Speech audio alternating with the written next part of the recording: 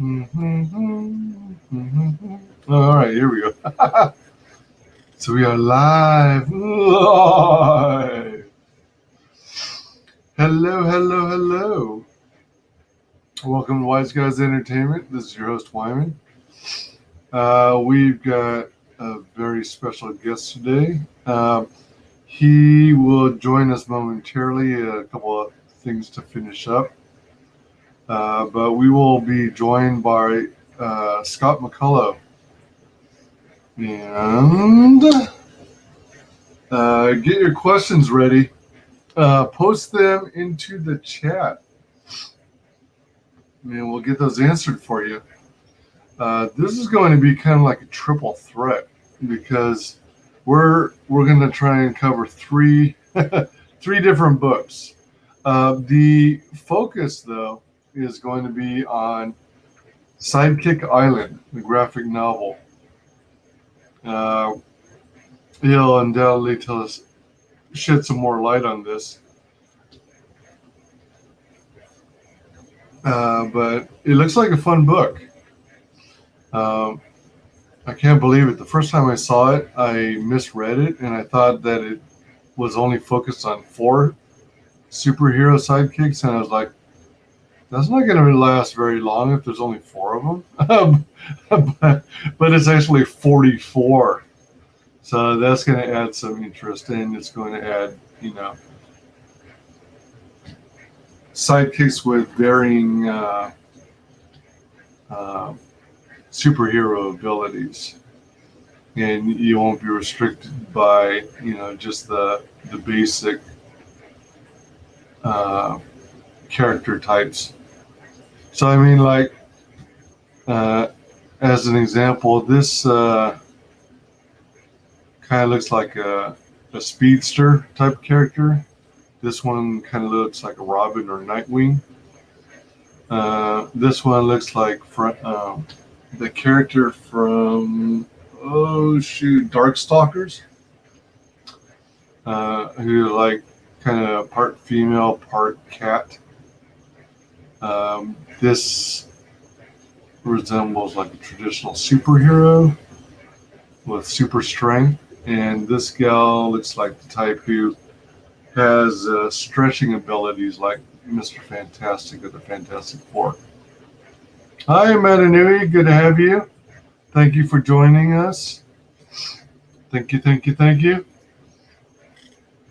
Yeah, finally got things together. And we're on the correct stream this time around. By the way, I hope you had a lot of fun in that game. Ghost Sinshu, is it? Let's see here.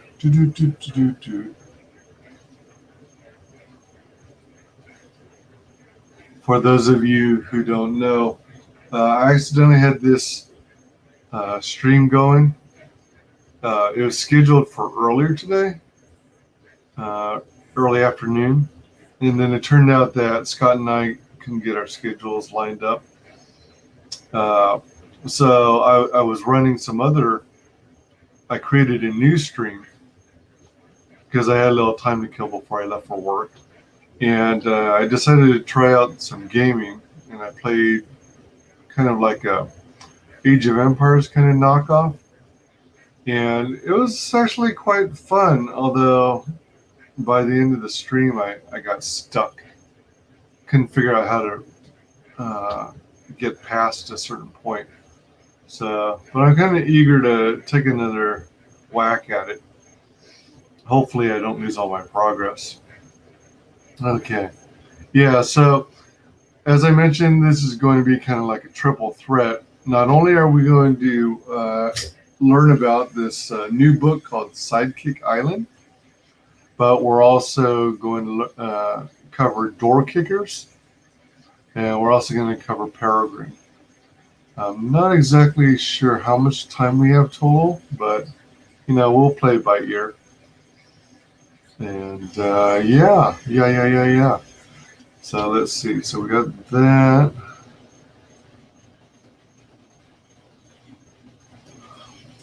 Sidekick Island is an early sign up. So here's the URL for that. Definitely, if you haven't already, get on the mailing list. You'll get a chance to, well, I mean, you by joining the mailing list, you'll receive a free trading card perk. And everybody loves trading cards.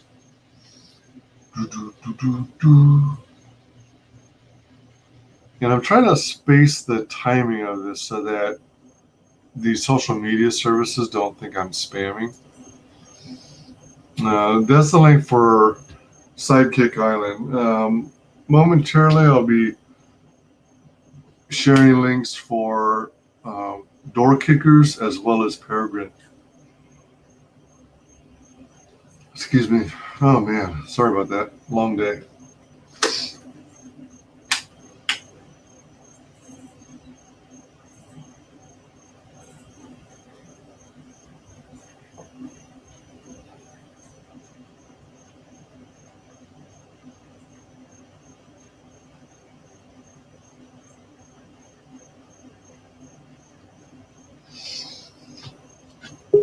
Ah, man.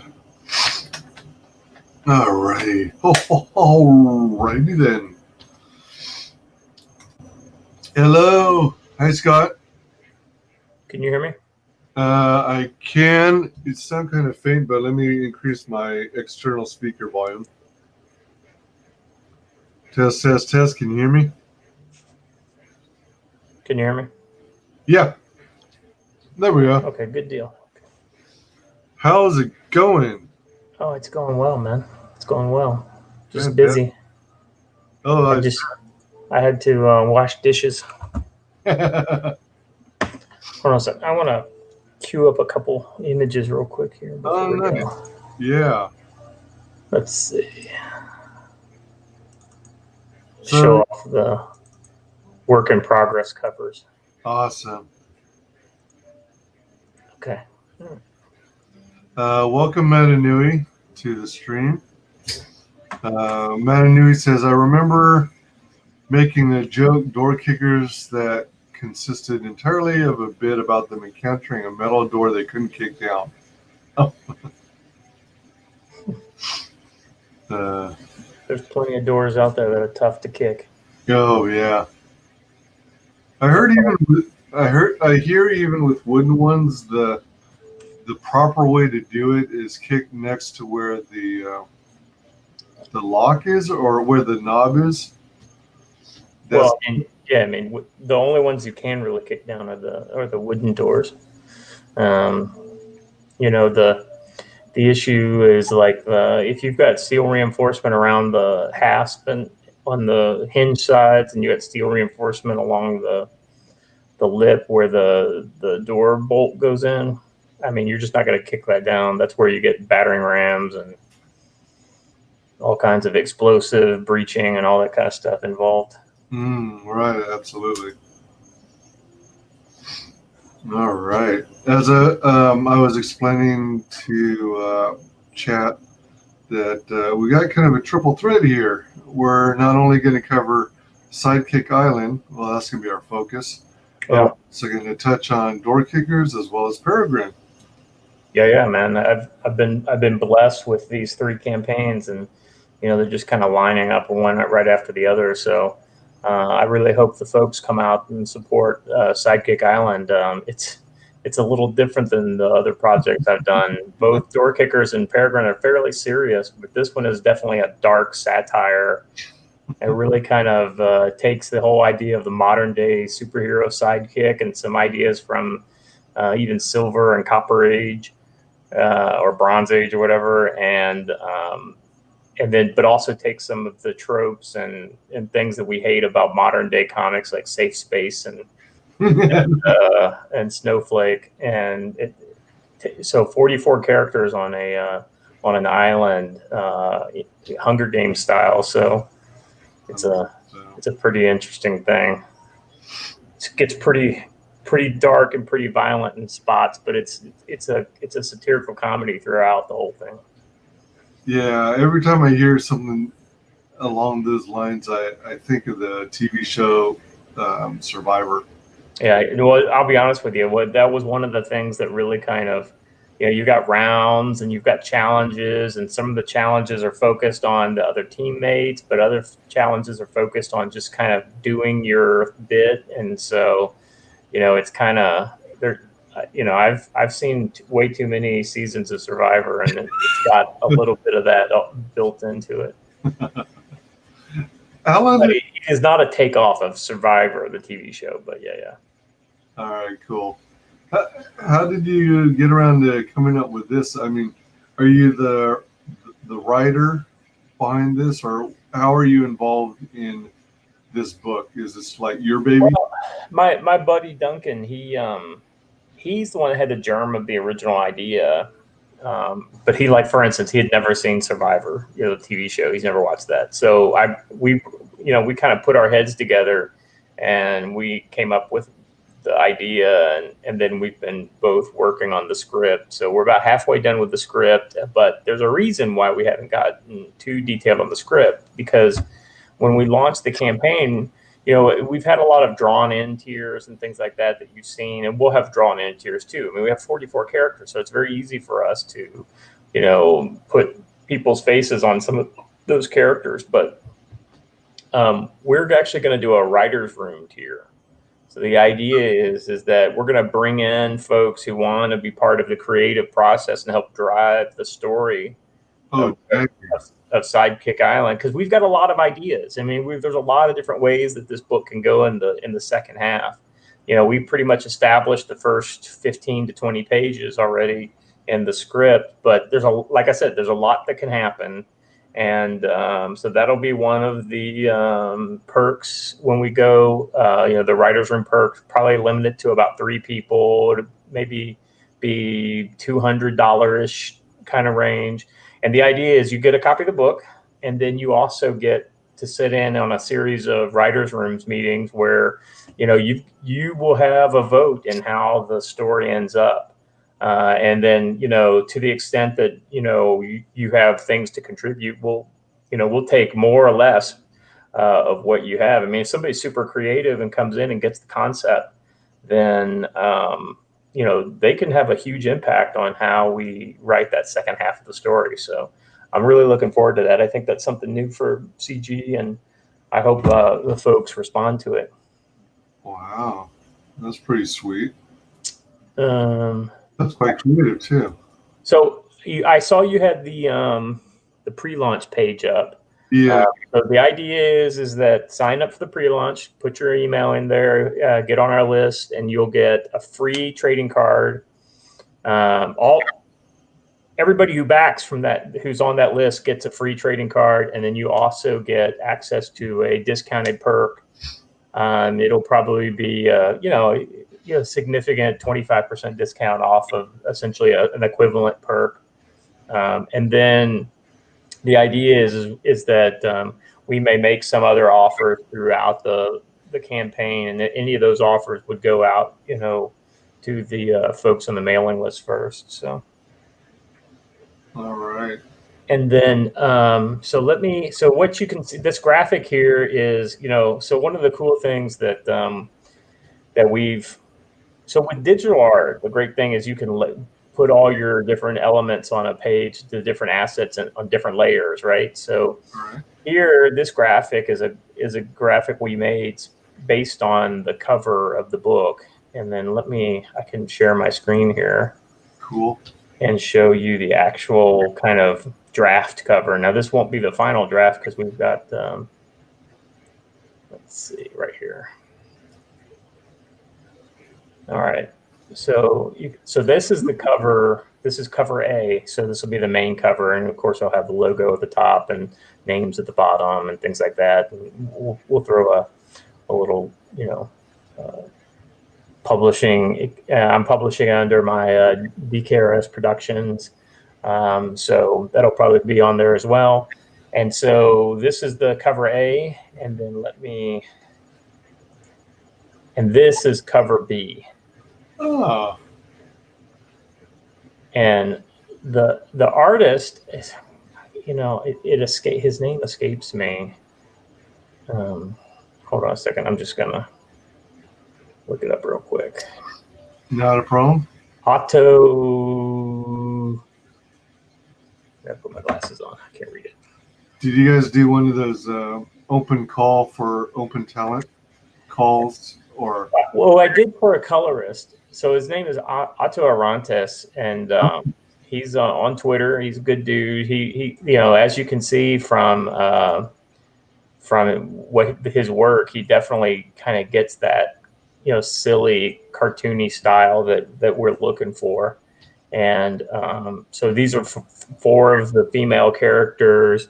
As you can tell, there's no love lost between them all. You've got the one in the middle who's too cool for school, and then you've got the pink bunny suit girl. That's Doom Bunny, and she is kind of out to lunch. And then Bad Lash is basically a female takeoff of the Wildstorm character Backlash, with similar powers and similar costume and stuff. And then Gal Shark is the shark-headed girl. You've always seen that. You always heard that joke. What would you rather have, a mermaid with a fish head and a hot body, a hot human body, or a hot girl but a fish body? And so this is what would happen if you had a mer shark with a shark head and a hot human body. So, and so we're not taking ourselves too serious with this. I'll go back. Let me see. I'll go back to the other. There we go. If you look on this, let's see. Here's some of our other characters. So up top. I'm still seeing the same image. It didn't switch. Maybe I gotta switch that on. So the group photo of all the. There we go. Okay. All right. So you see the guy in the figure, that's Owlboy. He's kind of like a Robin. Yeah. And then you have Ultra Lash. He's the blonde to his left. And then directly beneath him is like a Cyblade kind of character. And I can't remember what. Oh, she is Beyblade. Like, Bay as in, like girl type. Then you've got that Professor Genius Boy. He's one of those, doesn't have any powers, but he brings something unique to the team. He's kind of a leader. Then at the very bottom, you've got Vamp Kitty, who is half vampire, half kitty. Oh. I don't know, quarter vampire. Whatever. She's got little wings. None of these characters don't have to make sense. Yeah. And you've got the Big Fist Becky. She's the black chick with the huge fist. So clearly we're taking a dig at Miss Marvel with that one. Yeah. Especially with the pom-pom hairstyles that you see in some of the SJW comics. And then you've got Perk, and he's a kind of like an Impulse kind of character. So like I said, we're taking a lot of these classic heroes and then sidekicking them. So you got the Flash and then you got the Impulse, right? So Impulse is really and these are all younger characters, and so there's a lot of kind of tongue-in-cheek type of stuff that we're doing with these guys, and it's it's fun. It's going to be a funny book. It's going to be kind of raunchy a little bit. There's going to be a lot of we're not being political about the whole SJW thing, because there are some of your kind of tough guy more conservative style tropes that we're lampooning as well. So I mean, nobody's safe. This is a comic for everybody. Even me and Duncan have a little. I tend to be more right of center. He tends to be a little more left of center. But so we want to make this one of those books to where it's devoid of politics of the day, and it is absolutely our own kind of commentary on the comic industry and the things that we are not big fans of in the industry, especially with a lot of the comics that we're seeing nowadays. Because if you're honest, you see the stuff that's coming out of Marvel and DC, and you're just like, what the hell are they doing? So we're kind of putting those types of characters through their paces in a more dangerous world. Right. Sure looks like a fun book. So you guys had been collaborating for some time, hashing out ideas. Yeah. He did I kind of reached out to him last year to give me a little bit of help with some of the copy editing with Doorkickers, and he was pretty busy, and so he finally was able to get back to me earlier this year, and so he was instrumental in making sure that all my T's were dotted and I's were crossed on Doorkickers, and and he and I have known each other since, I think the late '90s. So I mean, and he's got a background in publishing and games development and things like that. So he's the the kind of guy that's good to to get a second look on. And and I told him, I was like, we've always talked about doing something together again, and maybe this is the good opportunity. And at first he was real hesitant, I think, about CG because he just didn't know what it was, and he saw some negative responses, as we've seen lately, about people.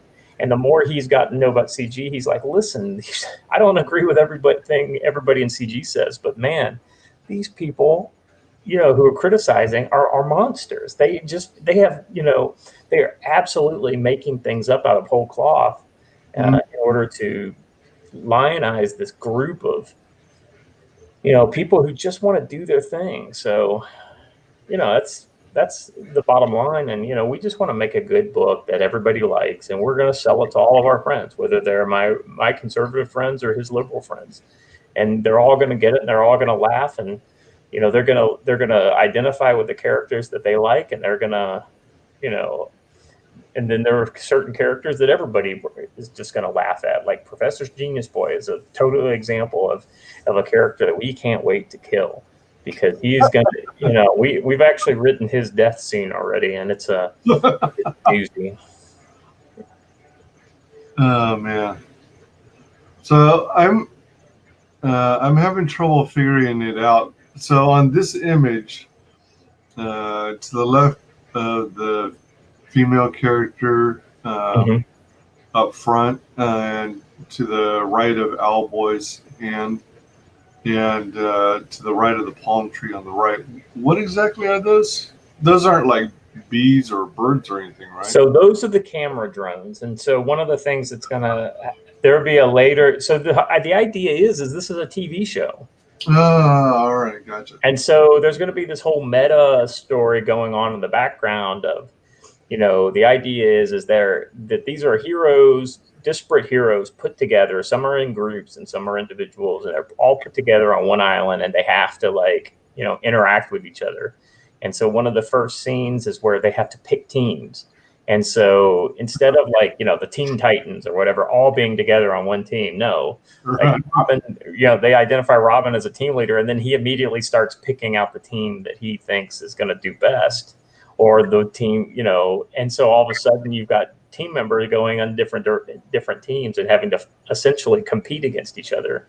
And like I said, this is a Hunger Games kind of thing. So some of that competing is literally attacking the other teams to make sure that, it's like, well, we need more time to solve this problem. So maybe the way to get more time is to go over to this other team and literally kill members of their team in order to,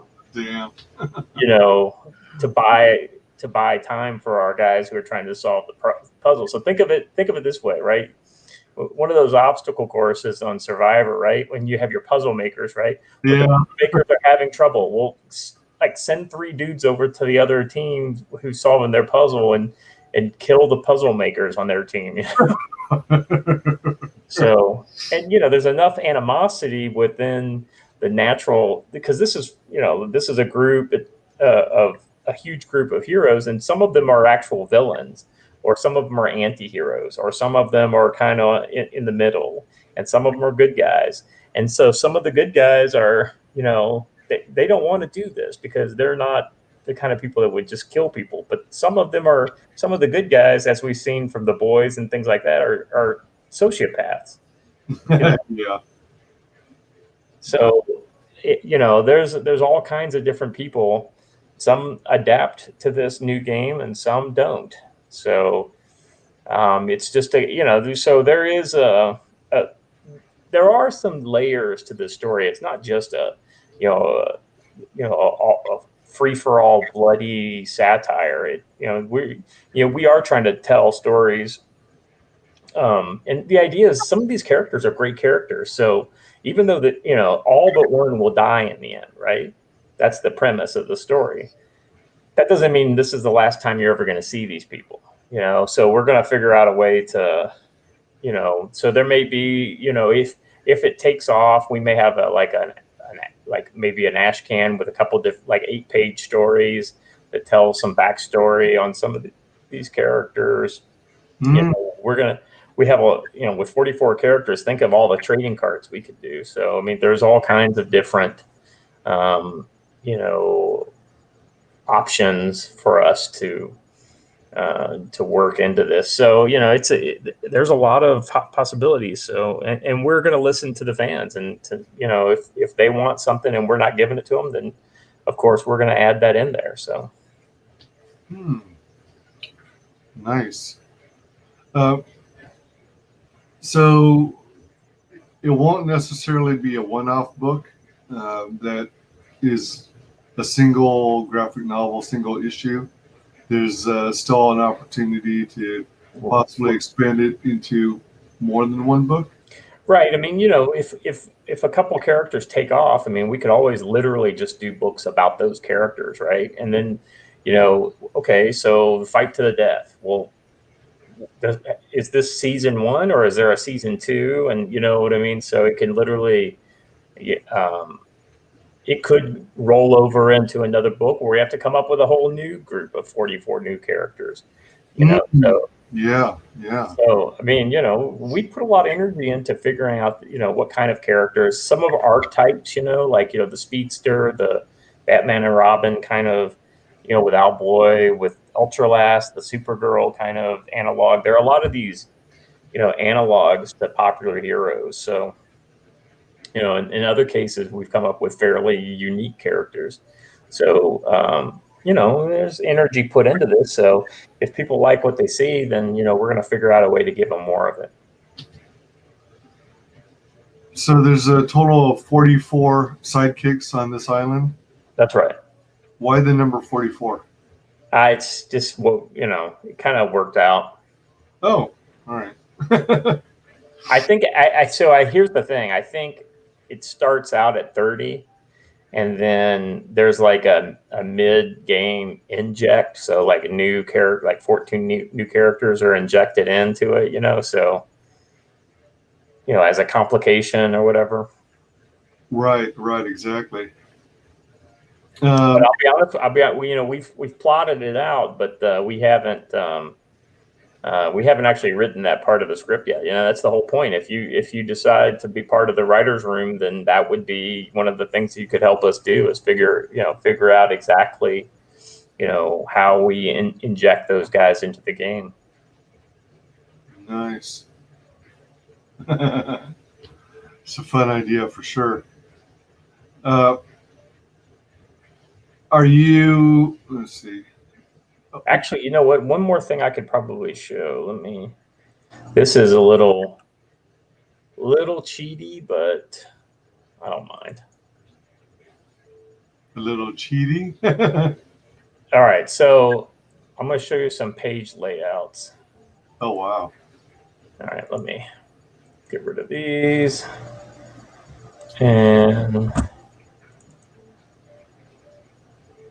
so this is one of the reasons why Piper hates dealing with me when I'm on shows, because as the editor, she has to like keep our awesome book, controlled and on the tracks, right? Whereas as a writer, I want to just like, I'm not a huge spoiler. I don't care about that stuff. I just want to share the coolness, All right, I think I've got it. So that's one nice thing about doing when you do your own book, you can just kind of share whatever the hell you want and not have to worry about the repercussions. Okay. She's like, shush. Yeah. She's like, Scott, God damn it.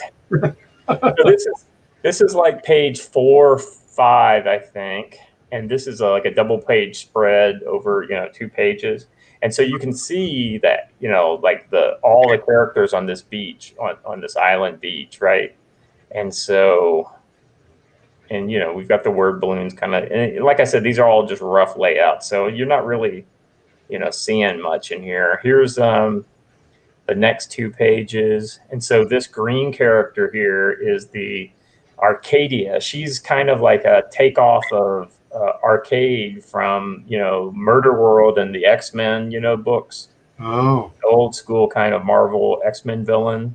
So we kind of, that was an inspiration for this whole thing, the whole idea of putting heroes into this game of death type of scenario, you know, that Arcade would do with Murder World. So anyway, so she's the kind of the driver of this event, and she's the hostess, if you will, of this game.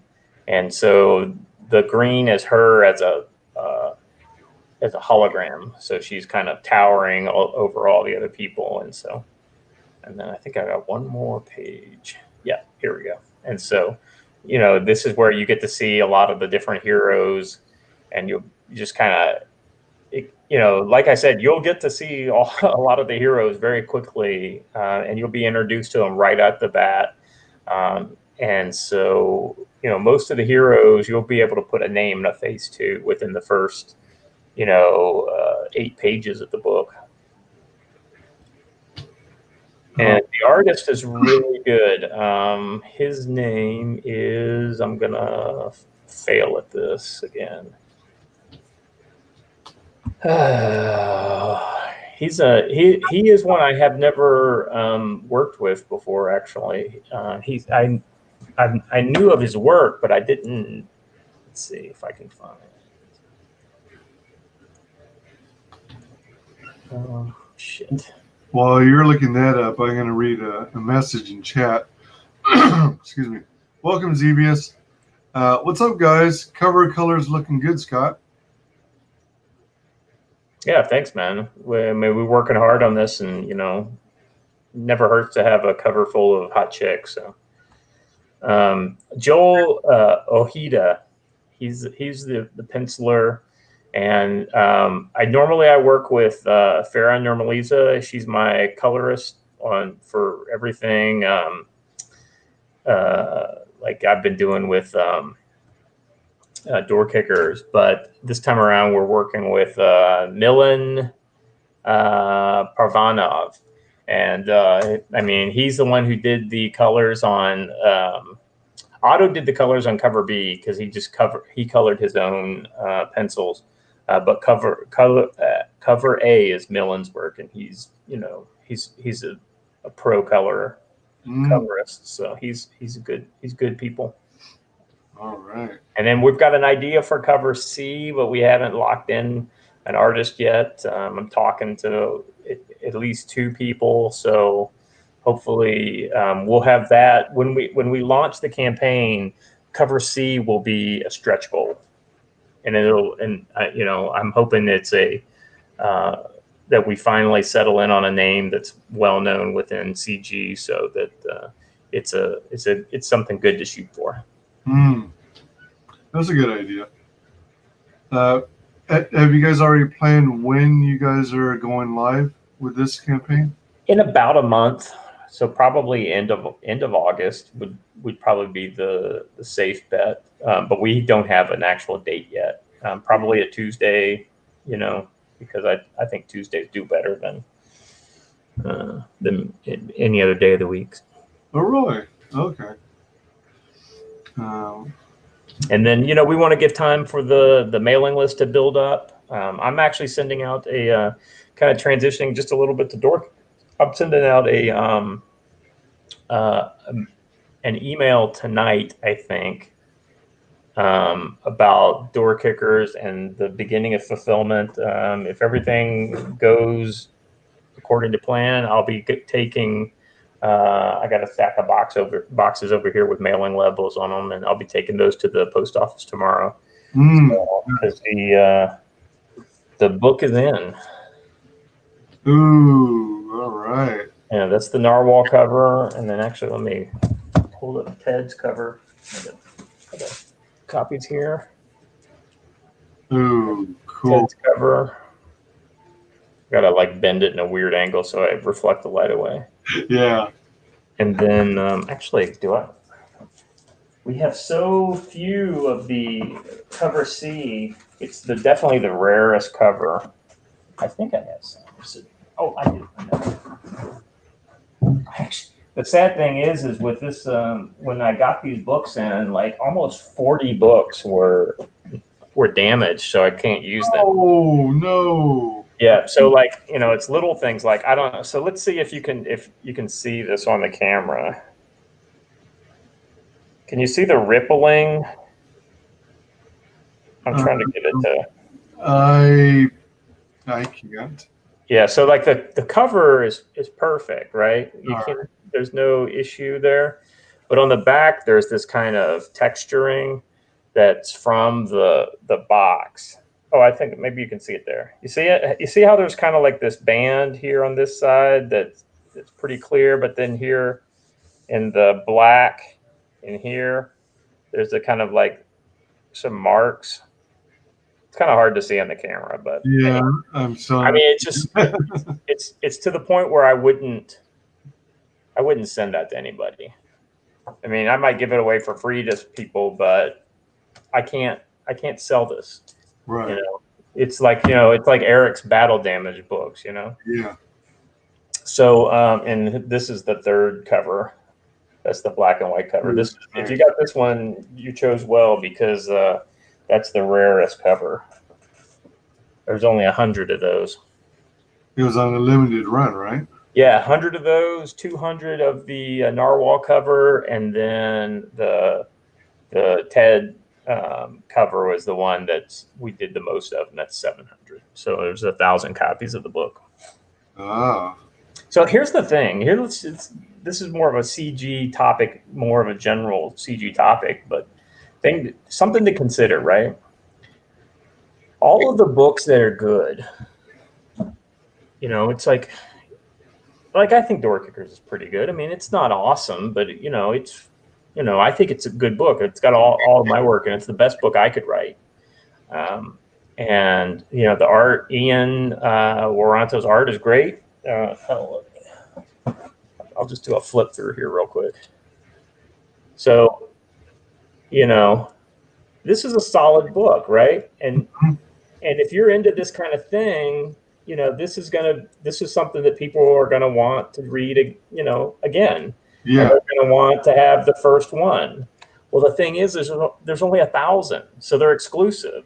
So yeah, it's no big deal to get one of these right now. In fact, if somebody wants to get any one of these books signed and shipped out here within the next 2 weeks, all you got to do is go to Indiegogo and buy a copy on the Indiegogo page, and you too can have your copy of Doorkickers. That's easy to say today, right? But the next Doorkickers campaign, these books, the remainders that we have left over from this print run, will go into a bundle, which will be more expensive because at that point they're collectible. Right. Yeah, it's kind of like Ethan sending his additional copies of Cyberfrog on eBay. He's not selling for $25. He's selling for $35. That's the same. I mean, that's the same tack. And my stuff is more limited than his stuff is. Mm-hmm. Now granted, he's more popular, so there's more demand for his stuff. But you understand. I mean, the demand. The supply that I have meets the demand that I have. Right. So ultimately, things like Doorkickers, things like Peregrine are only going to get more valuable and more desirable as they go on. And because they're so limited, they're just not that many copies around. So even these 40 damaged copies that I have are going to be desirable at some point. Mm-hmm. So that's the thing about CG is that, if you think a creator is going places, if you think the creative team is high quality, if you think, Rob Willis, man, that guy's art is amazing.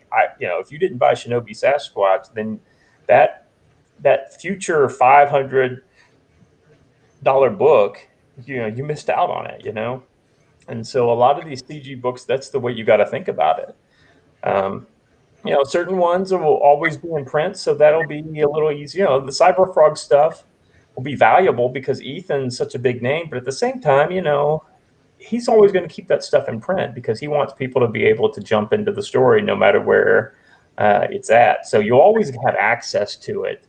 But at the same time, if you're a collector, even these are graphic novels, Vice, floppies, so nobody's going to be slabbing these because they don't slab graphic novels as far as I know. But if you want a mint in the bag copy of the narwhal cover, this is the only way you're going to get it. And it's that way for all the CG campaigns. So strike while the iron's hot. I know that these are kind of expensive books, but if you think if there's a CG book out there that you think you may want, don't sleep on it because chances are you're not going to be able to get a copy of it down the line, at least not a first copy. And plus, if you get Doorkickers, I'll even throw them this cool sticker for everybody. And this is a bigger sticker than what most people are doing, so I feel like it's a lot of value. I noticed that it is bigger. Well, this is the sticker I wanted. This is not a sticker just to kind of give to people for free. This is a sticker that I wanted. In order for me to have my sticker that I wanted, right, I had to print them off and give them to people. And then like the bookmark. This is the bookmark I wanted, Doorkickers, right? And that's art by Gabo Elias. He's the artist on the print. Hopefully, I want him to be the artist on the next book, but I'm afraid some SJWs may have tried to frighten him away. So if he chooses not to work with me because of his perceptions of CG, then I'm out an artist and I have to go find a new artist. So that'll be disappointing. Yeah. Hopefully he sticks with you. Well, I hope so too. I mean, he knows that I'm good people. He's just worried about the stigma of CG, and I understand that. I mean, and if he chooses to go a different direction, then that's cool. I'm absolutely sure I will find a great artist who will knock it out of the park on the next Doorkickers book. I just hope I don't have to. Right. Yeah.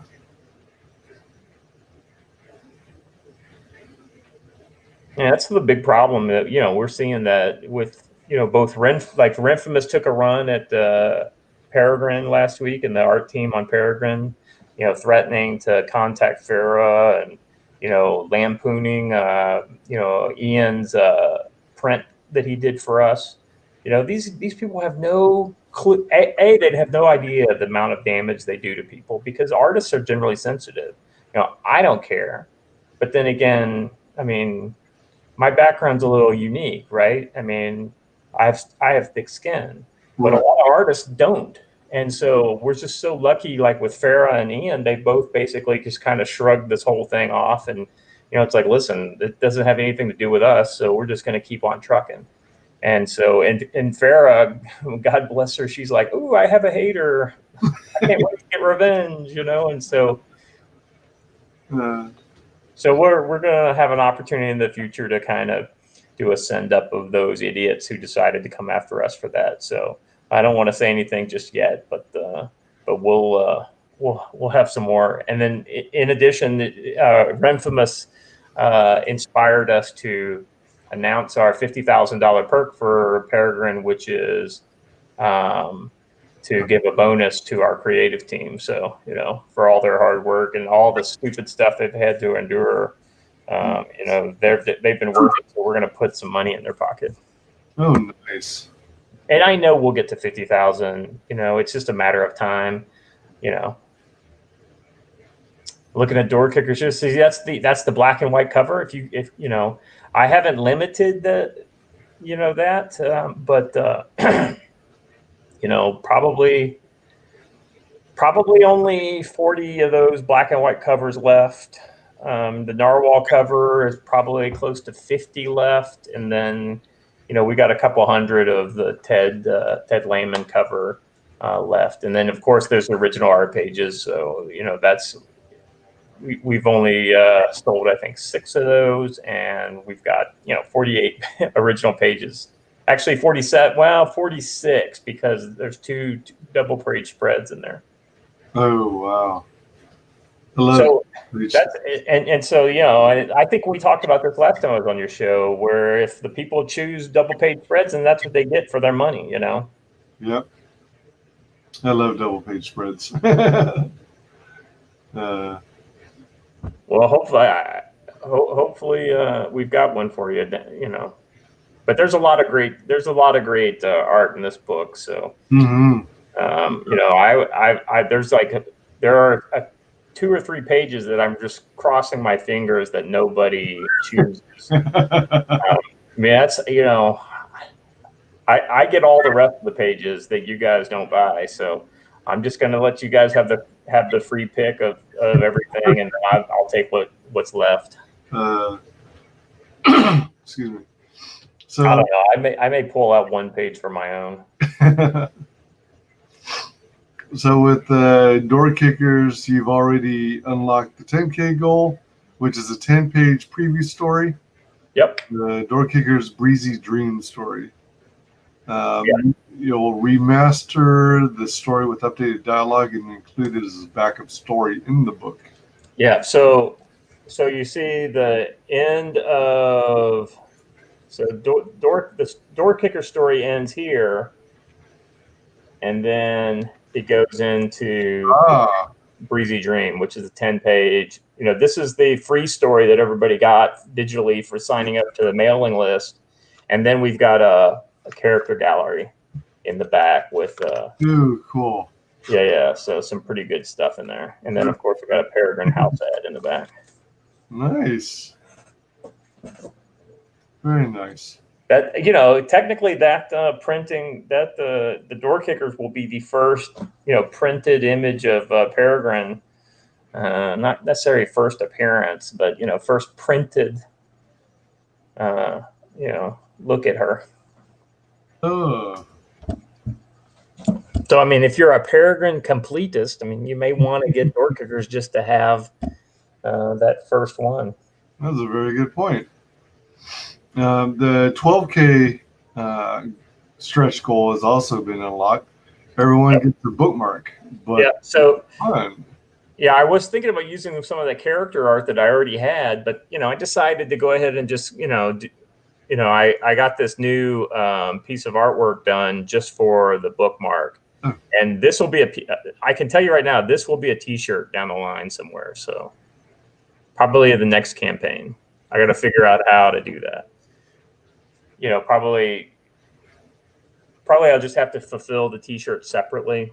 But yeah, we're definitely going to do a T-shirt for the next campaign.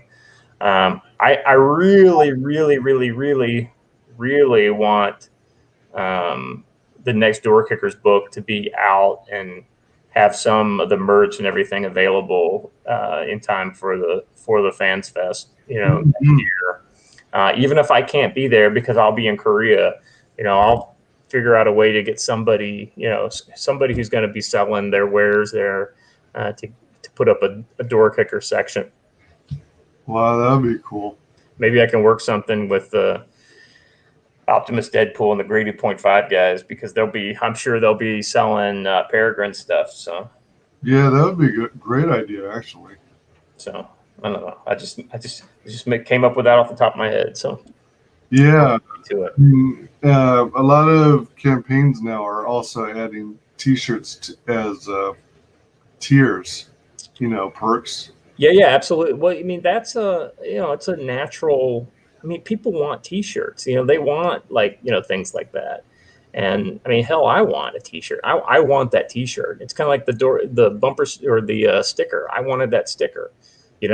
So I got the die cut, weatherproof sticker. That's the one I wanted, with a UV coating on it so that it won't fade in the sunlight as fast. So the same thing with the T-shirts. When I get that T-shirt made, I'm going to get exactly the T-shirt I want to wear. And then, I'll make other versions of it, because I know we don't all have the same, taste. But, the first T-shirt that I make will be the one that I want. Right. And we'll go from there, Oh yeah. But that image I showed you is a great iconic image that would just be totally badass on a t-shirt. Yeah, for sure. Almost seems like it might work well on a black t-shirt because the character is using the special night goggles. Yeah, so that's what I think. I think essentially using the same colors on the bookmark is red on black. Mm-hmm. I just think that would be a great t-shirt. I've even done some mock-ups, and I think I even put some of the mock-ups up on Twitter. So, Oh, all right. People seem to agree with me that it's pretty badass. I also have black and white art of that too. So, Oh, I've got options. Like I said, the first one will be the one I want, and then we'll have some other options for folks. And yeah. then I may do something along the lines of what John Malin does, where the next campaign, the T-shirt that comes with it will be limited to that campaign, and then the later T-shirts will be like a different version, so that the only way you can get the first. If I'm not mistaken, Malin's also doing something where the color of his logo changes from one campaign to the next. Yeah, I think that's right. Like on the actual subsequent printings of the books and things, or are you talking about just on the T-shirts? Well, I think it's on the books, possibly the T-shirts. That logo of his with the skull. Yeah. Yeah, I remember hearing about that. I just can't remember exactly how he's doing it. Yeah, because I think EBS appears to be putting all caps comics on the back of every Cyberfrog book now. Yeah, absolutely. Malin, I think, is doing his skull logo on the back of everyone, and it's got a different color, background color behind the skull. So for me, what I'm doing is I'm putting an ISBN, and I'm making, so the back of the book, looks like one you would buy in the store, right? Right. And so, we got the description here, kind of different art on the back. You got the title on the back, and then you've got the ISBN. And so the idea is that, when I reprint this book down the line, all that stuff's already there. And, I would love to sell it in Barnes and Noble. I would love to sell it on Amazon, things like that. I mean, the idea, and ideally I want to sell books through Indiegogo because I get to keep, the lion's share of the profits. But, for the idea I have for offering books, especially reprinted books, through other markets, and it's not like I don't want to necessarily hit up comic retailers unless they buy directly from me. But I'm interested in getting it into larger outlets because those are people that will never find it any other way. It's kind of like, people don't know about CG. Most people don't know about CG. Most comics fans don't know about CG, right? So if they don't even know about CG, then they're probably not even aware of our books. Well, my thought is that, it's less about a way to sell my books, and it's more about a way to let people discover my books. I think people who like my books they're not going to go back to Barnes and Noble to get the second one. They're going to go to the Indiegogo page, or my eBay page to buy the second ones or the subsequent ones. But I'm trying to, so the idea is not to give people other places that they can buy my book. I'm trying to convert people who have no idea about my book into readers. So if I can sell 500 copies or 5,000 copies or whatever through Barnes and Noble, that increases the brand awareness of my book, so that when I do my next, campaign, instead of having, 400 backers, I have 4,000 backers. Yeah. You know what I'm saying? So that's the idea, and that's what I'd like to do. And I know it's a little different than what some of the other folks are going for, but ultimately, I want to make my book available to as many people as possible. And so that's kind of the way that I think is the best way to do it. Yep. That's a very good plan. 15K, we've got the Doorkickers logo sticker. Clear plastic with the Doorkickers logo. Well, it's not clear plastic, but it is a, you know, like I said, it's a weatherproof die cut sticker. So while it doesn't exactly match the description we talked about on there, I don't think anybody's going to complain. It's a pretty good sticker. Yeah, I don't either.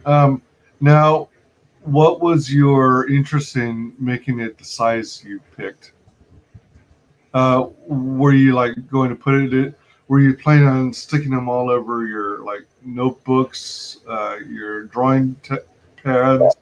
Well, I mean, I didn't have a particular place I was going to put it, but I just, you know, if I was going to put it on something, I wanted it to be big enough to where it's noticeable, you know. So, you know, this is something that you could put it, you know, it would stand out amongst the other stickers that you've got. You know, like I said, I looked at, you know, I've got the Bigfoot Bill sticker, and I've got I think there was a sticker that came with, there's a couple others that I can't remember, but I mean, this sticker is bigger than those. And I just want it to kind of stand out. And I want it to be something that, you know, if you wanted to throw it on a window of your car or something like that, you could do it and it would be there next year, you know. So something a little more durable and noticeable. Who did you get it done through? Did you use Sticker Mule or a different? Yeah, Sticker Mule. And those guys seem, you know, they were an easy choice. I mean, a lot of good options and the prices were right. So sweet. That's very sweet. Now, the next one we're shooting for is 18K, which is the character bios. Background info about each character in a style similar to the official handbook to the Marvel Universe.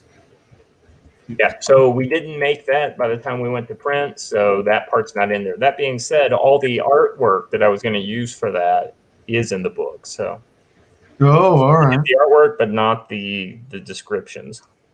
Oh.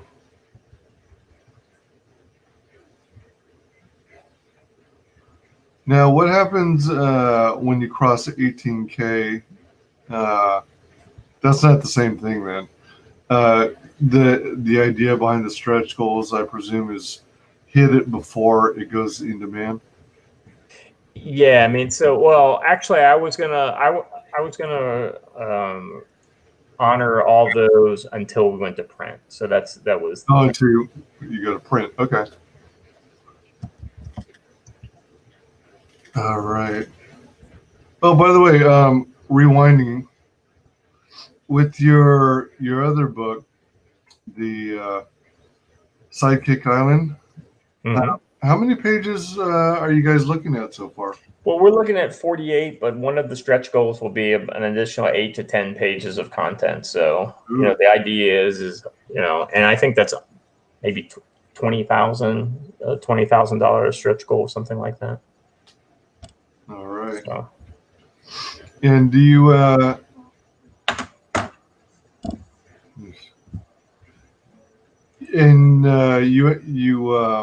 you guys are planning to tell the entire story to where it gets whittled down to one survivor at the end, right? Yeah. So yeah, right. And so the interesting thing about this is the kind of the dynamics of the relationships. I mean, there are people who are natural friends that don't want to be in competition with each other.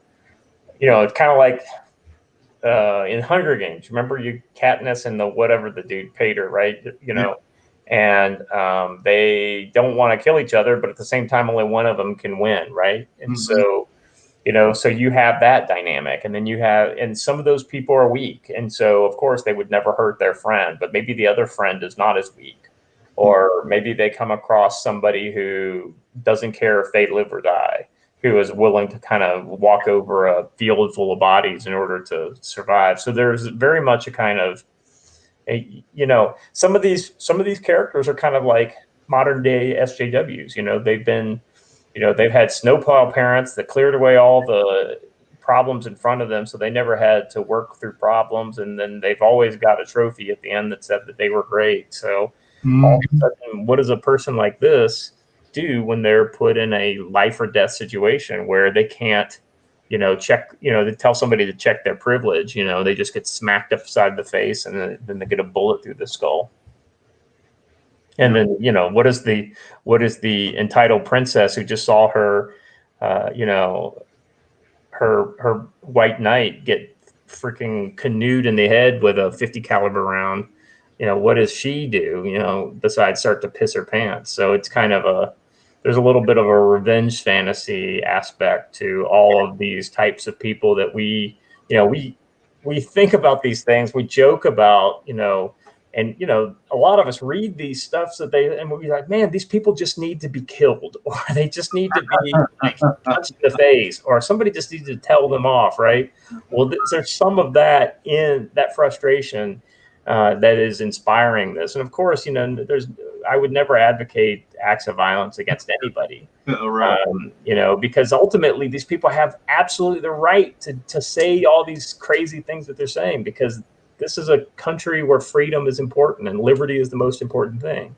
So of course we want them to exercise their First Amendment right to say what they will. That being said, we want to be able to vent our frustration without having to worry about, oh my gosh, that's not proper or anything like that. So,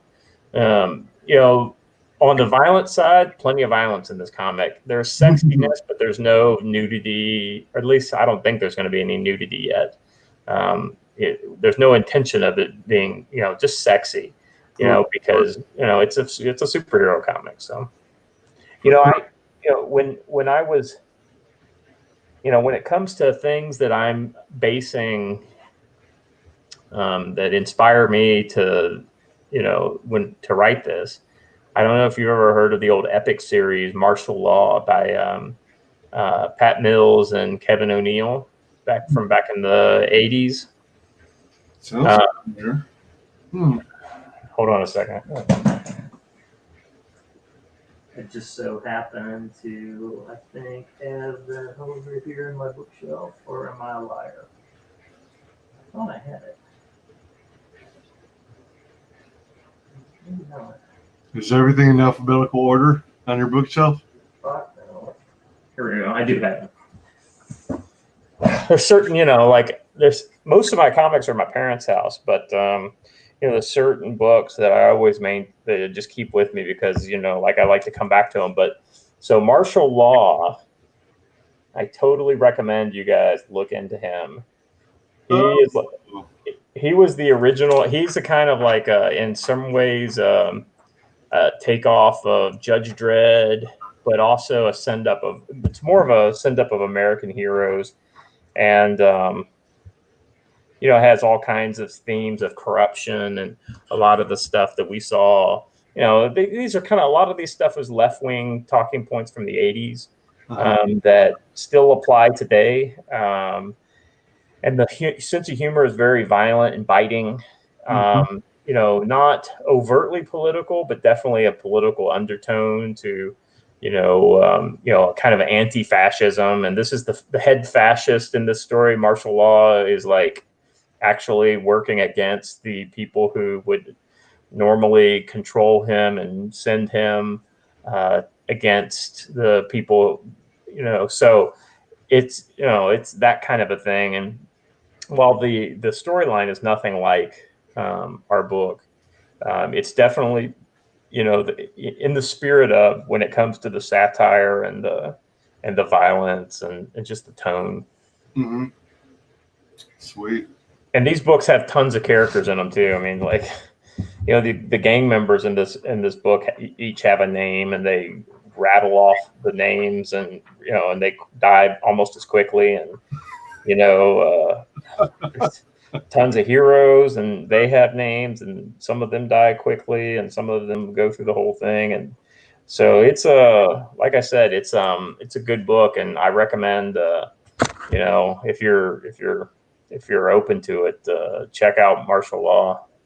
I'm not quite sure who publishes it now. It was Epic. It was, if you get the floppies from the 80s, they're all Epic Comics. But then there were some subsequent books. If you go on Amazon, I'm sure you can buy the trade paperbacks. Oh yeah. Yeah, I'm sure they're going to be available there. And so going back to, excuse me, Doorkickers. Yeah, man. I tell you, Doorkickers, literally now is the time to jump in. If you haven't jumped in yet on Doorkickers, now is the time to do it because, like I said, I'm staring at a box of, there's about 65 boxes over there on the other side of my room that I put labels on today, and everything goes good with my day job. I'll be able to get plenty of time to go drop those off at the mailbox, the post office. Nice. Tomorrow. So hopefully people will start getting their books next week. Yeah, that's exciting.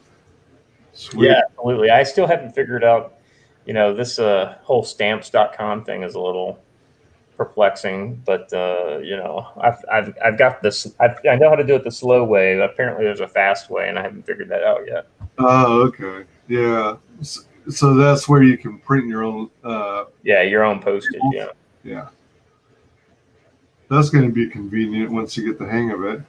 Oh, absolutely. Yeah. Well, like I said, I'm doing it the slow way. There's a kind of a copy and paste way, and you print out one label at a time. There's another way you can do it big batches, and then it'll print out 50 labels all at once or something like that. So sweet.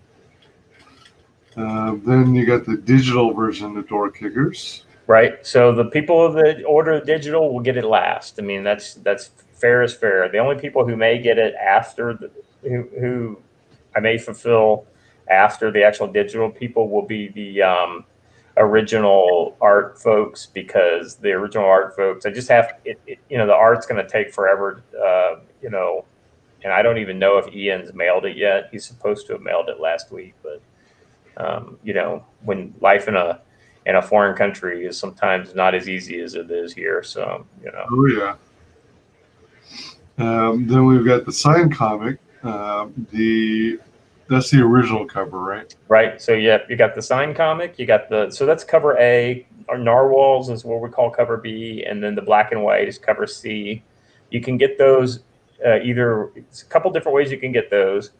You can get them individually, and then you do an add-on. So you get like cover A and then add on the black and white cover, or cover B and add on the black and white cover. Or if you want to get all three covers, then you can, or you can just get the black and white cover by itself, or you can get two covers, so both covers for $45, and then add on the cover C as a $20 add-on.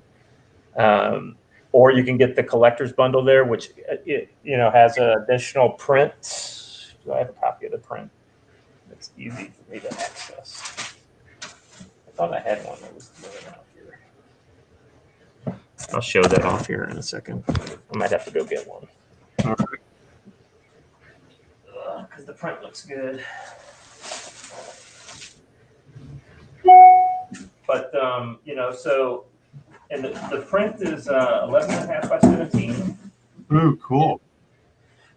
It comes in folded, so it comes in the same box as the books. There's no poster tube or anything, and then it's the same image as the black and white cover, but it's fully covered. And this image is also on the back of the book as well. So, and nice. Yeah, this is just a really nice, so if you get the collector's bundle, that's the only way to get the print, is to get the collector's bundle.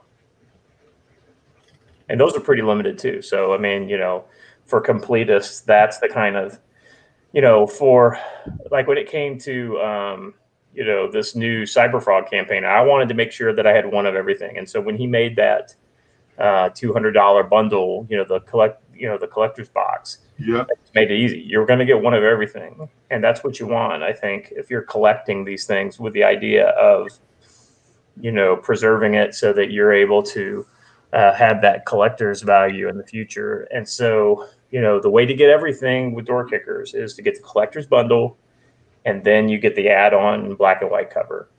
Now, the only thing that doesn't get you is original art, but the original art is a unique item, and I'm pretty sure I'm going to mail the original art separate from the books, but I haven't figured.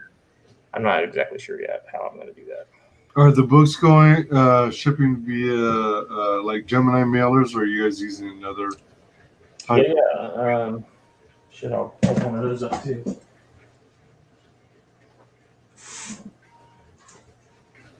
So each single book comes in a Gemini mailer, packing tape, pretty standard for CG, mailing label, and then off to the races. Nice. Yeah, in all the books that I've received so far, no Gemini mailer has failed yet.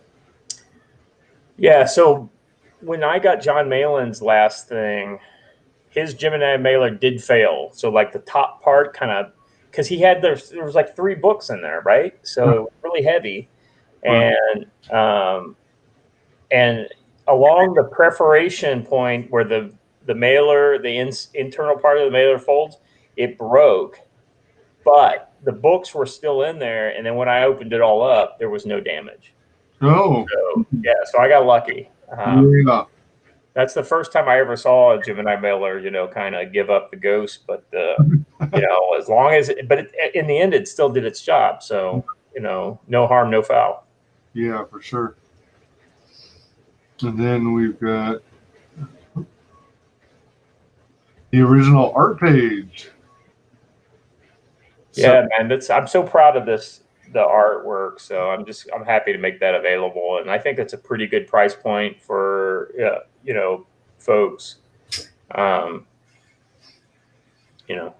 just think It's are these like 11 by 17?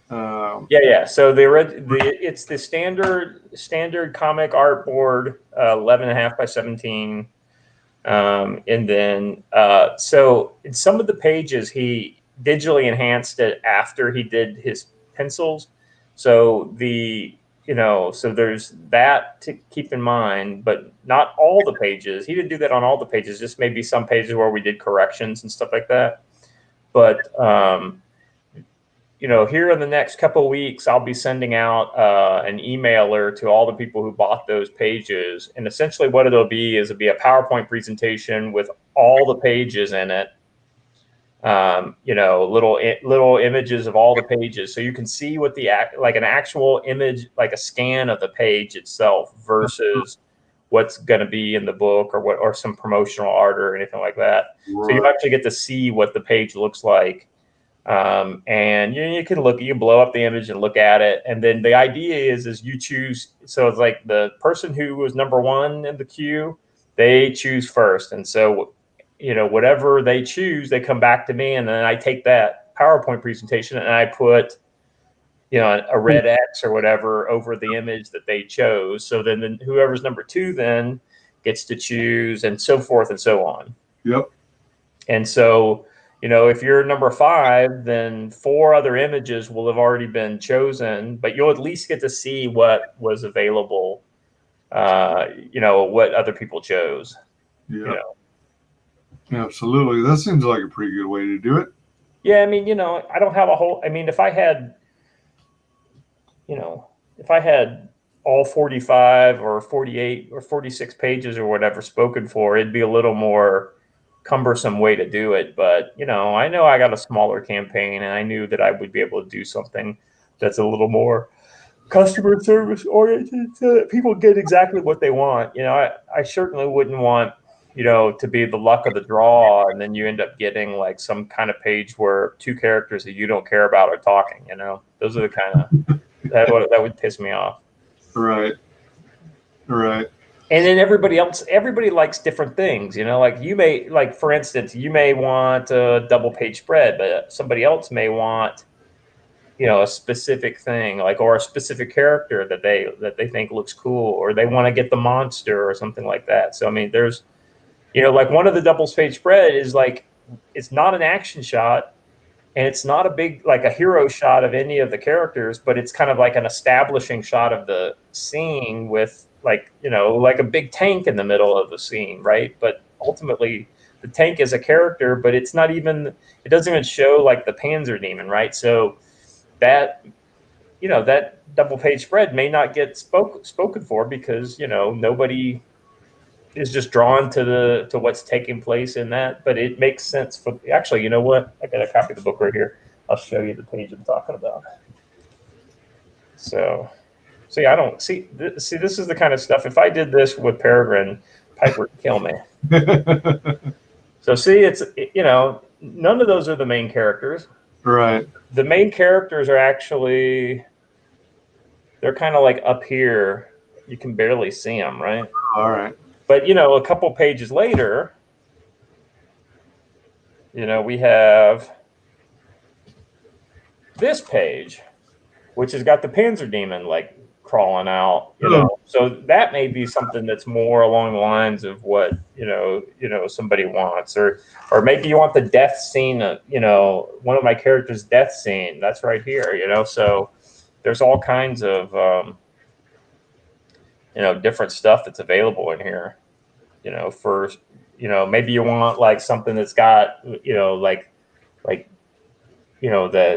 it's not an action shot per se, but it's it's got all the main characters in it. Or maybe maybe you want the the double page spread that's the opening shot of the book, so all kinds of good images that are going to be available for this. So nice.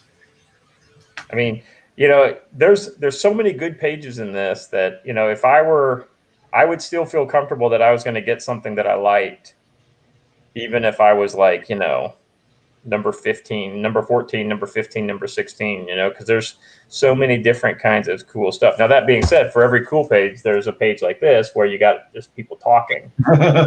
So now, granted, they're not sitting there at a coffee shop. Like this, I think if I were to buy a page, this is the one I would pick. This one right here. Huh. Because this is Jigna. She's one of the main characters, and she's talking to these Ukrainian soldiers. But I just love this, this scene, and it's just one of those kind of. It's a great character moment, and I think that's a great shot of her, talking to the two guys right here. Right. So, that's the kind of thing that I would be looking for. I know somebody told me that they wanted that, they're like, I want to get this page, right? But so the interesting thing is that if you look here on the wall, this has been digitally enhanced. So like the actual page may not look exactly like this. Oh. The figures will all be the same, but because we went over revisions of this page because the background needed to be a little different. And if I remember correctly, he changed this like from a goat head to like a monster head or something like that. That's in the middle of this. So there's little things like that. Here's another good page I think would be good for somebody. The getting blasted and the doing the spell casting and all that kind of stuff. So, I mean, I'm partial to it because because these are all my characters and it's my book. But at the same time, I mean, there's, I know some people are going to be pretty happy about what they get. Oh yeah, for sure.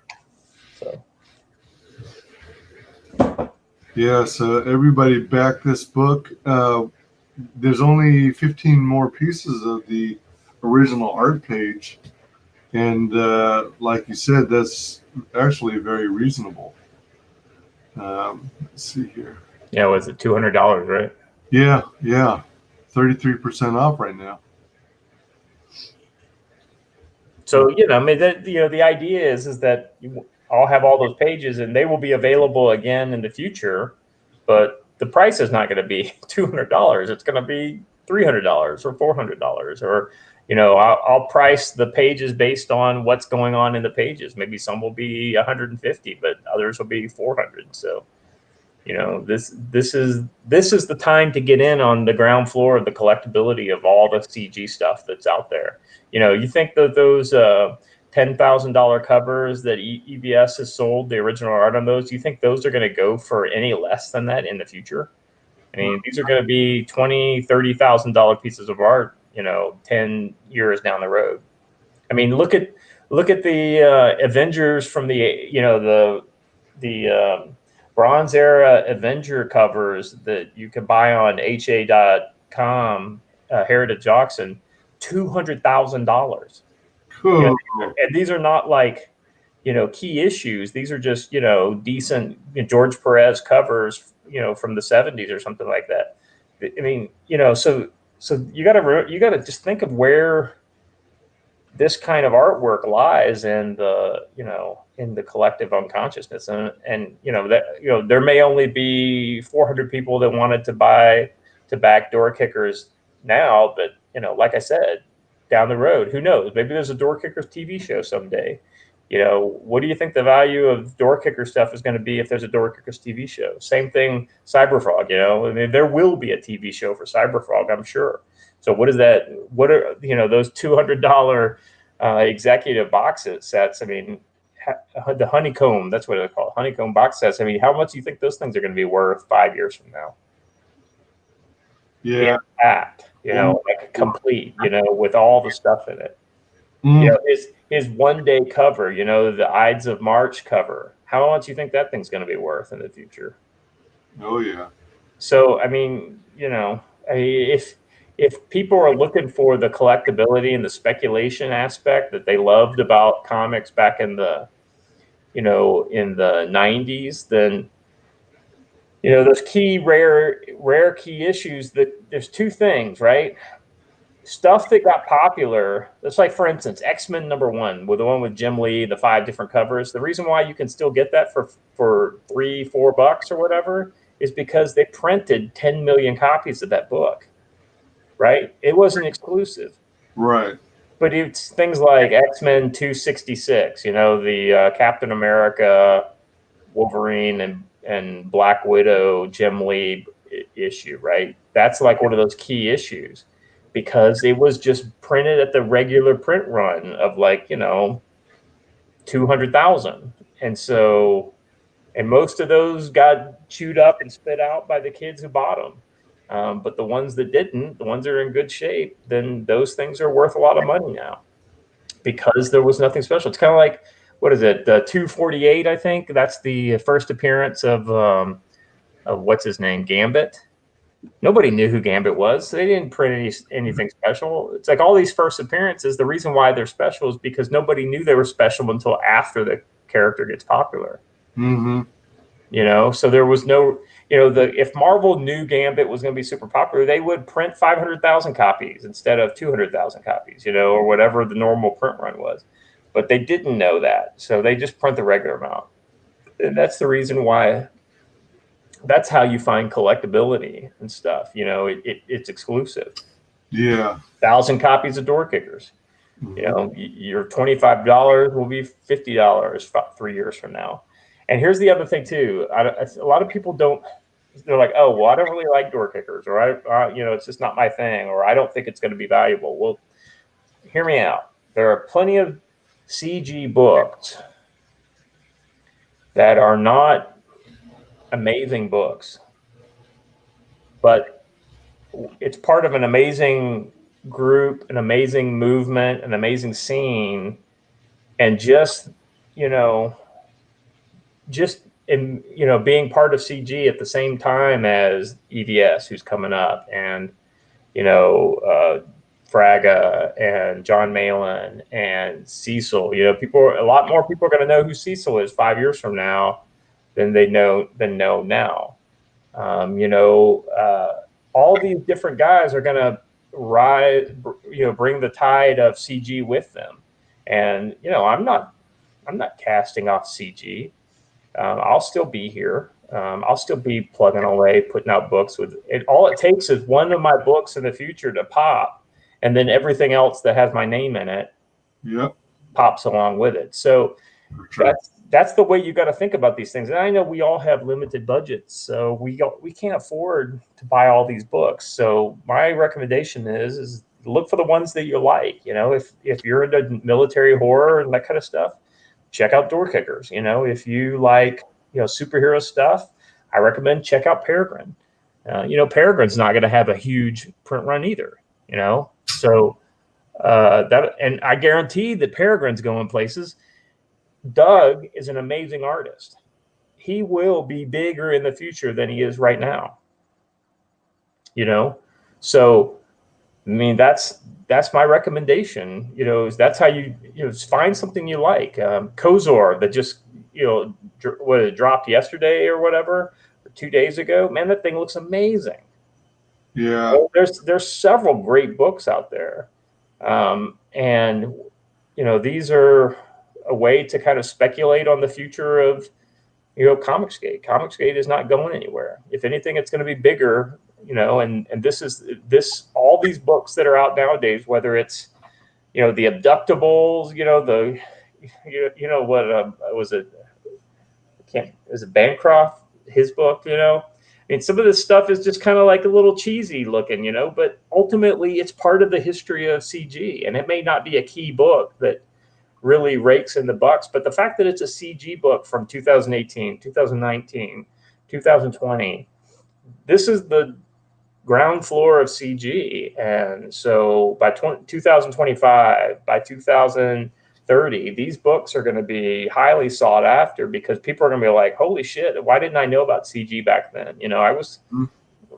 I read comics, or I like Marvel movies, so, and people want, even though digital is out there, people want to have these physical items, and they're going to be limited enough to where there's plenty of collectors out there that are already buying CG books. So, and we're not particularly collectible yet. So that's just another thing to think about. Sure. Let's go ahead and play this trailer for Doorkickers. Yeah, thank you. Doorkickers, Panzer Demon is the debut 48-page graphic novel of the adventures of the Wildfire Team, 6 special operators in the Shadow War against eldritch terror and cosmic horror. When diabolical cults and covens look to break the fragile shield holding the demonic back from our realm, they step in to ensure those doors stay closed. Find it only on Indiegogo. Nice. Yeah. All this on, what is it? All this on the farm off Orwell Lane. That's the guy who did that trailer for me. He's a good dude. Oh, all right. Cool. I don't know if you know him or not, but he's No, I don't recognize him. Was that your voice on that? No, that was his, I think. Oh, that was his. Okay. All right. Cool deal. Cool deal. All right. Switching gears here. Excuse me. So Peregrine is presently at, let me see, is this the newest version? Let's refresh. Ooh, it went up a little. So it's at 45,925. Oh yeah. So we added a couple, about $200 of the last day or so. Pretty sweet. So you got Peregrine, 48 plus perfect round pages, full color, action, emotion, much more. I'm really looking forward to this book too. She's got a cool costume. Yeah, Doug really just nailed it on this costume. I mean, we gave him some ideas on what we were looking for, and he really just kind of came through for us. And couple of design changes, but his first take was pretty much what you see here. Just there were just a couple minor tweaks, and he was on it. Nice. Yeah, good stuff. This is cute. Yeah. The manga version. I hate to say it, but I did this for my daughter. She's a huge manga fan, and when I told her about it, she was super stoked. Nice. Well, that's cool. Yeah, manga is very, very popular. Oh yeah. And I'm so in love with this picture. This painting. Oh yeah, Preston, man, he's killer. Man, so awesome. And it's pretty interesting. You guys are like on fire. You got people inspecting every image closely, trying to figure out the story behind this, try and pick out exactly what's happening, who's present at this event. Mm-hmm. When you get people's imaginations going, it's means you're doing something right. Yeah, so you know, we've just been, you know, not just the financial support, but the kind of cool comments. And I'll be honest with you, even the fact that somebody like Ren, you know, I mean, it's telling when Ren has to go to the last image on the entire page before she can pull something out to criticize us. You know, it's, you know, she didn't try to pull this page out because there's, I mean, you know, and the only reason she was criticizing Ian's art was just his is more, a little more stylized. You know, it was just, these are stylistic choices that he made. He's not trying to render a completely realistic image. You know, he's just having fun with the characters. It's exactly what we wanted. And Yeah. Yeah. I really love his piece personally. yes, yeah, same here. I like it too. I really dig this image right here. Yeah, that's a good point in the story. This is a kind of, so you're about 16 pages into the story at this point, and you know, this is when you read the story, it'll have a little more impact even. But ultimately, this is a good moment for her because, you know, kind of, you know, you saw the first page. You know, she's mourning her father at the memorial ceremony, and then, Right. you know, this is kind of the last note from her father, you know, that's taped to this costume of hers. Yeah. It's such a well done piece because, you know, the posture, the emotion behind it, the inks and the colors just all work really well together. Yeah, Farah's just really done awesome work on this. You know, I'm just really, I'm glad that she was able to work us into her schedule because she's, you know, she's busy. You know, she's having to turn jobs away now because she's so busy. So, and she's got a little one on the way. So, you know, there's going to be some time early next year or late this year where she'll be kind of out of the loop. So, you know, that's one of the reasons why we've got a different colors on Sidekick Island. Gotcha.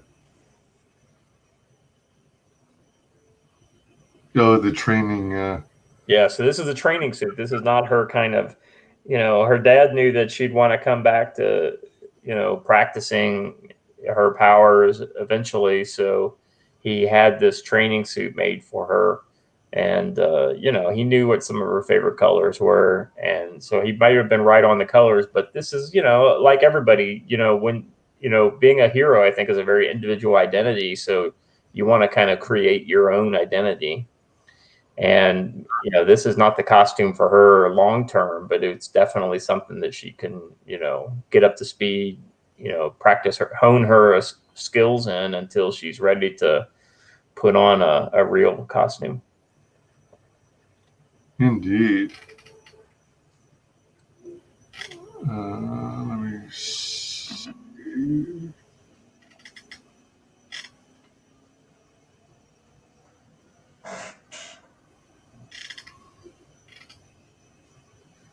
Oh yeah, you guys got the colored version of this. It was originally black and white on the campaign, but Yeah, we we need to put a larger version on the. I think that's just a lower res image. So I know we were talking about that actually in the DM group. We needed to replace this with a larger version.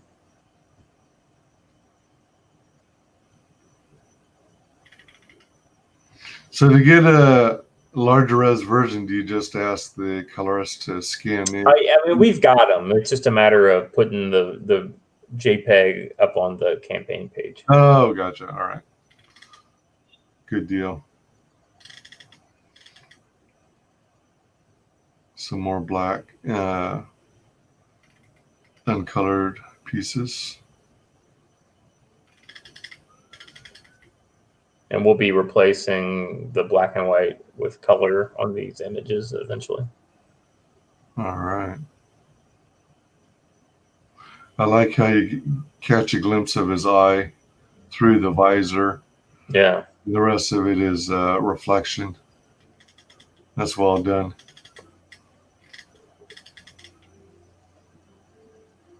I can't wait. I don't know that I've seen this page colored yet, so I'm really looking forward to seeing this image colored. And there's the infamous Peregrine drawing that everybody's freaking out about. I dig it though. I mean, I really like it. It really kind of captures the spirit of the character. Yeah. Yeah. It's so cool. I love the pose, yeah. He nails it. For sure. Oh. You get the other 30-second trailer. Since we're here, let's go ahead and play this. Yeah. Hello. It is our great pleasure to introduce our great...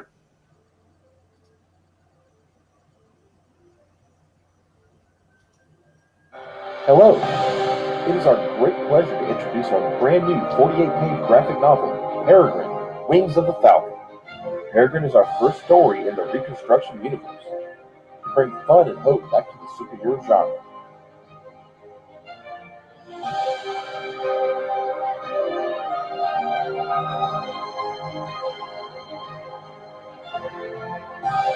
Be sure to back it today on Indiegogo.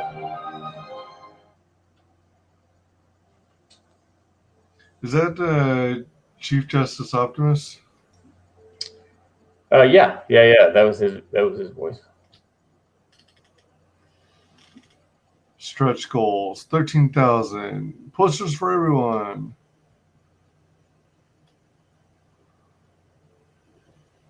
Yeah, I like this image. It's good.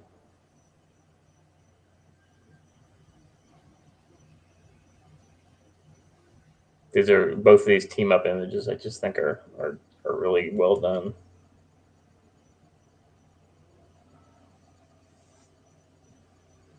This is, of course, a takeoff of there's a Batman and Superman cover that have them in this same pose.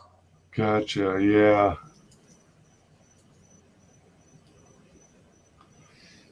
Let's see here.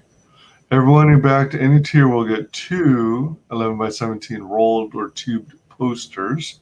Poster 1 is a crossover done by the Ciderverse team, and poster 2 is a crossover done by the Inglewood team.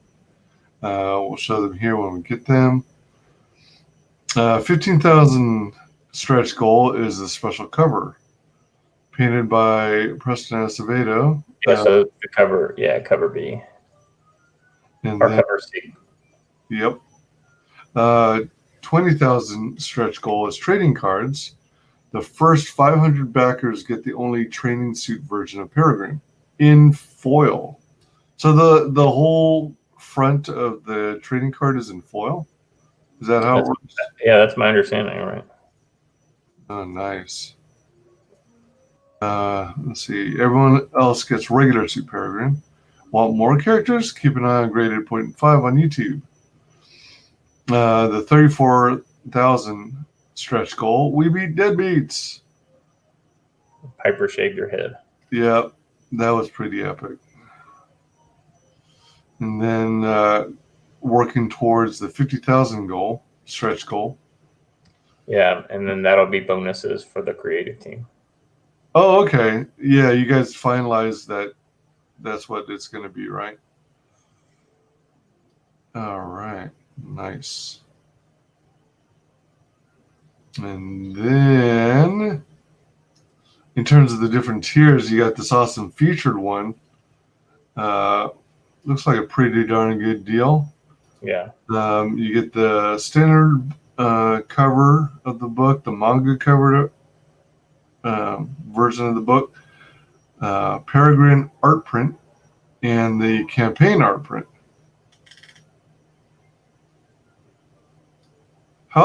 What were the dimensions on the art prints again? I want to say those are. I think. You know what? Don't quote me on that because I'm not 100% sure. I can't remember if we were doing them 11.5 by 17 and then rolling them. Yeah, I'm pretty sure that I think they were rolled to 11.5 by 17 versus like a fold in or a smaller print that you would do like a the smaller ones that come in some of the campaigns. Yeah, exactly. Gotcha. And then cover A alone. Cover B, which is the manga one, alone. We've got the Preston Acevedo painted cover, alone.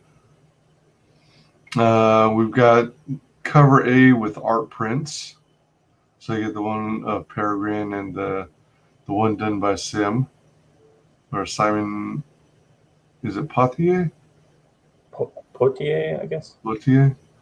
Then we've got both covers A and B. So that'll give you both books. Now we've got cover B with art prints. So the manga cover with Peregrine and the sim print.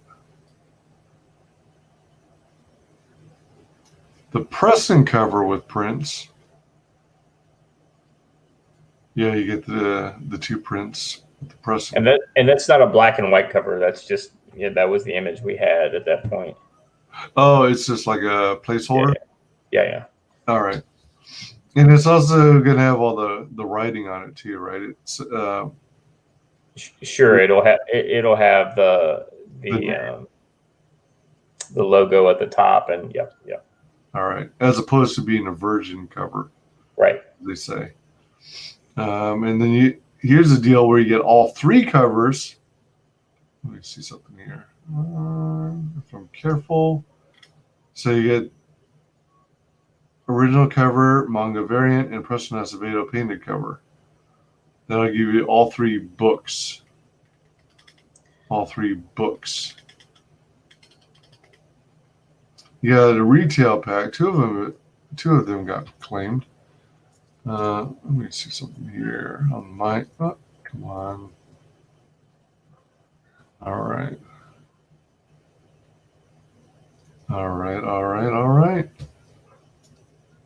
Oops, wrong screen. And then that'll give you. Let me see here. So you get 6 copies of the book, standard cover, and then the 2 prints. So it's one of each of the prints, right? Right. All right. Then we've got the best precedent original painting. Yeah, that is a freaking impressive painting. Yeah, I mean, I understand, $3,000 is a lot, but somebody's going to get that eventually, and they're going to be very happy. Oh, darn straight. Absolutely. Yeah, that's epic. And then I like when campaigns have the sold out portions grayed out so you can see what you missed out on. Yeah, exactly. Piper, what are you doing? Xavier, what are you doing? And you guys sold all of the signed copies, or where it gets signed by every member of the team. Yeah. Well, so it won't get signed by Doug and Farrah, though. All right. It'll just be the U.S. based folks. Gotcha. And as of right now, the plan is for me to sign it as well, but they're just going to have to send an APO to get it to me. Oh yeah, that's a good point. Yeah. Those will be some well-traveled books by the time you get it. Yeah. And then we've got some drawn-in tiers that are reflected beneath that, and those are all sold out as well. Wow, nice. And then there's a Be a Goon tier for Be a Goon, well, one was female, one. Well, actually, there were 2 males, 1 female. Right. That's funny how it has a pink bow. That looks like Piper's glasses too. It may be. And then the Preston Acevedo sketch sold really fast, as I remember. Yeah, absolutely. Yeah, real cool. Let's catch this trailer here. Let's watch. What happened to our heroes? I used to think my father simply decided that the world needed Silver Falcon more than I needed my dad. Can anyone step up? Your heroes are dead. Can the world endure They're gone. without the icon? Is there anyone left who can take up his mantle? How did I only realize now how wrong I was? 48 full-colored pages of superhero action. What path should I choose going forward? A return to the kind of comics that we know and love. I'm ready. Featuring illustrations by Douglas Franchi, who has worked on X-Men Blue and Halo Escalation. Interior colors by Farah Nurmaliza of Doorkickers, Super Heron, and College of the Dead 2. Now available on Indiegogo.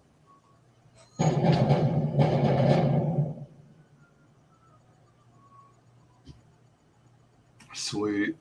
Yeah, that's a good deal. I wonder what that video is right there. Is that a graded video with the drawing by Ian on it? On the middle right side. This one here. Yeah. Is that another graded 0.5 video? Let me see if I can. Oh, this is actually part of the. Let me see. I think you got to open it in YouTube again. And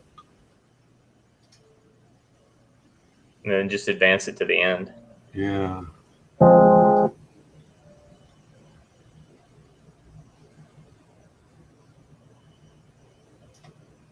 Whoa. What happened Oh, to dang our it. It didn't offer that one again. It offered you a different group. What happened to Oh, our crap. I heroes? keep hitting the wrong. That's no big deal. It's not there anymore. It's got Sidekick Island up there. now. Yeah, Is that your video? it is. Probably because I'm live. I think you're the only person that has a Sidekick Island video up yet. This is the first time I've had a chance to get on and talk about it. So Nah, since we've had art. very cool. But anyway, so yeah, I've got one campaign coming up and one's shutting down soon, Doorkickers, and I got one that's going strong with Peregrine. So, hopefully, people will take advantage of these. I think these are all great books. They're all different. I encourage anybody who hears this to just give Sidekick Island, sign up for the the sign up page and the pre-launch page. And if you do, you'll get access to a cheaper perk when it goes live, and you'll get a free trading card. And that'll be the only way to get that particular trading card. So if only 5 people sign up and buy the book, then we'll only have to print 10 cards or 25 cards, and I'll keep the rest and sell them in 20 years when this is a huge property. There you go. You want That'll be my welfare check for that month. You want a trading card? Only $10,000. For the low price of $5,000. Oh yeah, there you go. I'll sign it too. There you have it. Get in while the getting's good. Wow, this has been amazing. I think we can wrap things up here. Scott, would you do the honors and share with the world how you can be found on social media. Yep. So the easiest way to find me is at M Scott McCullough with no H at Twitter, and then I also post on Instagram pretty frequently. That's a lot of art there, and that's M Scott McCullough with the H on the end on Instagram. And then we also have a DKRS Productions Facebook page.